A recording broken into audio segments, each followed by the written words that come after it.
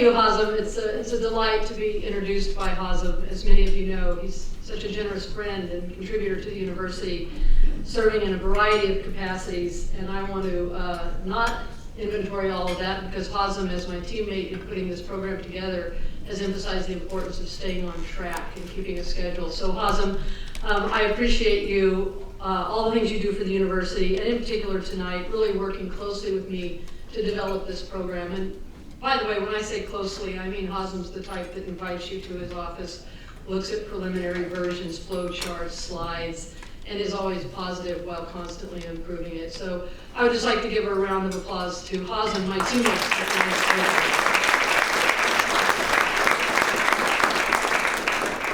I also want to thank all of you for coming. It's great for me to stand up here, a little bit of nervousness, but a lot of comfort in looking out and seeing the people that I work with, the people that are friends and supporters of the school, some of whom will be mentioned tonight in my comments. It's nice to see the community come together, the community outside of the University of California, the administrative community. The Chancellor, by the way, is going to be arriving a little late, the Vice Chancellor and Provost tonight, my colleagues in social ecology. It's nice to see so many of you, the graduate students that shown up, and the friends of social ecology, many of whom are here tonight. As Dean of the school, what I want to do is play MC tonight and do a couple things. I want to first and foremost showcase the school. Earlier in a meeting, the Chancellor kept talking about the importance of creating a vibe, and I liked that language a lot. This was at a meeting right before this meeting. If I create a vibe about social ecology tonight, we will have done our job. I also want to walk you through just glimpses of what we do, how we do it, and why it's so special. I also want to try to engage you tonight in numerous ways, and to begin with, I just want to engage you with some images. So I'm going to start right off the bat with a montage. And as I show you this montage, I would ask you one question. What do the images in this montage have in common? That's the question as we roll it.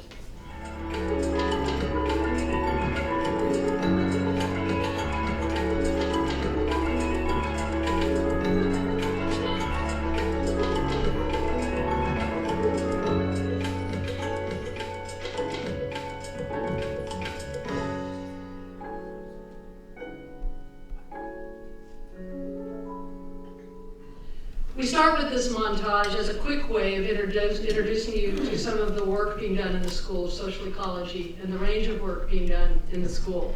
Whether the focus is on, as you saw, global peace and security, intergroup conflict, environmental health, urban planning and sustainability, crime and justice, and its flip side, miscarriages of justice, human development and aging, mental health, or in large terms, inequality and life chances more generally. All of these images are relevant to the work being done in the School of Social Ecology. In fact, these images were provided by the faculty. When we were preparing tonight's program, we asked the faculty to send in images that they thought encapsulated the importance of the work they're doing in terms of, as the provost explained, the mission of the land-grant institution. There were many, many more images that were forthcoming. These are just a sampling. There were many, many more themes we could have put in that montage. Turns out our videographer charges by the published minute at the end of the montage, so we had to cut it short at the 2.5-minute mark. For me, what these images do, and what I want to try to convey tonight, is that they relate to, and I think make visual, the main mission of the School of Social Ecology. And I want to share with you our mission.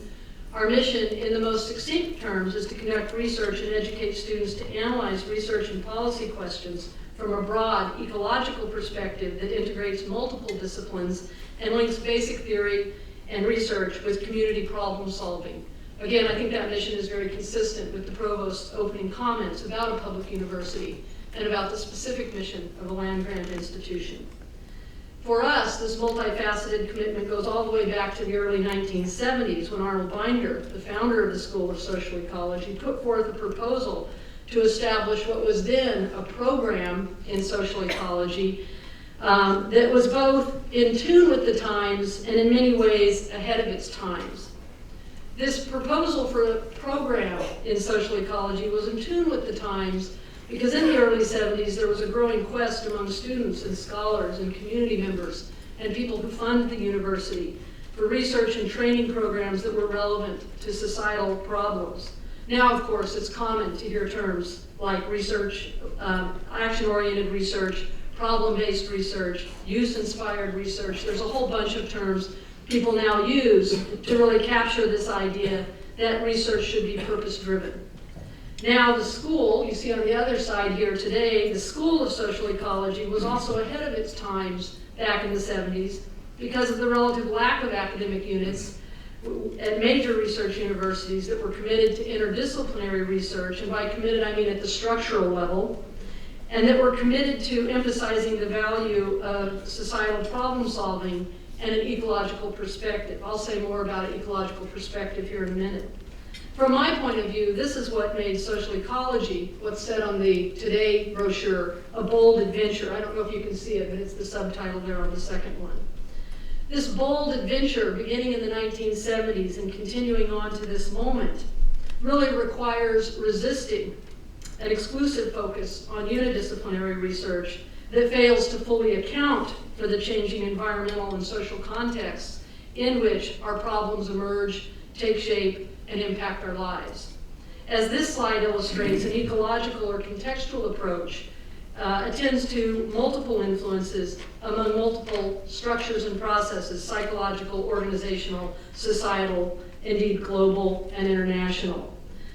There's been an expansion of this type of what I call social ecological systems science in the latter part of the 20th century. As you can see from this slide, in some ways social ecology was well ahead of its times, if you put the 1970s on the left horizontal. And now, of course, there's been an increase, and this is just a quick measure of the number of publications that use social ecological science. So what I want to do by way of quick history is to suggest this school was in sync with the times and indeed ahead of the times. It was also in sync and ahead of the times because of its commitment to both basic research as well as community problem solving. My hope is that many of you had a chance to see some of the posters around the room that really reveal the multitude of ways that we try to take our research into the community and engage with some of the most persistent social ills of our times. Now, fast forward in time, the School of Social Ecology at this point in time is home to three departments, three nationally ranked departments: the Department of Criminology, Law and Society, the Department of Policy, Planning and Design, Planning, Policy and Design, and the Department of Psychology and Social Behavior.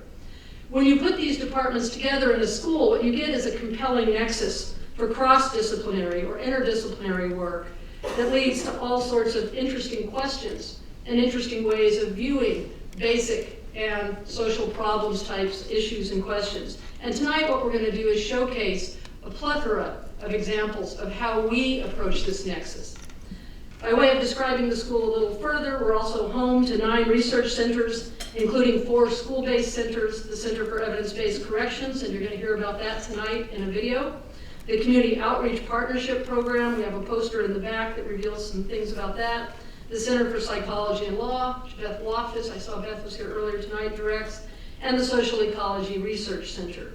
Likewise, we're home to 5 campus centers: the Center for Community Development Studies, a recently renamed center, the Center for Law, Society and Culture, the Center for Organizational Research, the Center for Unconventional Security Affairs, which you will hear more about tonight in our program, and the Newkirk Center for Science and Society, directed by Joe Demento, Social Ecology faculty and law school faculty.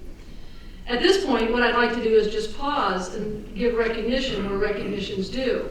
The most immediate past dean, Ron Huff, deserves an incredible amount of credit for the development of these many centers. Ron, if you'd stand up and just be recognized.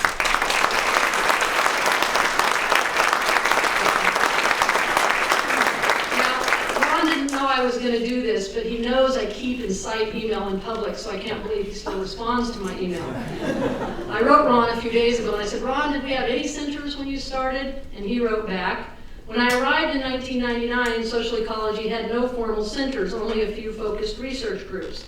I provided some seed money and set a goal of establishing 10 centers during my tenure as dean because I strongly believe in research that is collaborative and cuts across disciplinary boundaries and centers as the best way to do the social ecology mission. So I want to recognize the institution building that Ron did as dean, and I also want to put forward these centers as the structure that in some ways represents the mission, just as that nexus of the 3 departments represents the mission. Now, Ron's the only person I email with who writes these full-blown paragraph emails, even on his Palm Pilot. There's a quicker way to think, BlackBerry. There's a quicker way to think about this. Victor Bracera, the director of the Community Outreach Partnership Center, and I saw Victor was here tonight. Victor, where are you? Okay. Would you stand up, Victor, because you gave me this quote. Thanks, Victor. Victor directs our, thanks, Victor. Okay, you can sit down now. Victor directs our Community Outreach Partnership Center, again, one of the centers that engages with the community and fulfills the civic engagement mission of the school. And he recently alerted me to another way of talking about these centers and talking about this nexus. Victor, forever the team player, brought me a big brochure that Wesleyan University put out and said, look at this, there's a lot of great quotes in there, Val. And he was right. In that, they say the space between disciplines are the stomping grounds of innovation. And I thank you for that, Victor, because that's a good way to describe social ecology. I like to think of social ecology as a stomping ground for interdisciplinarity, innovation, the best research, basic and applied, and civic engagement.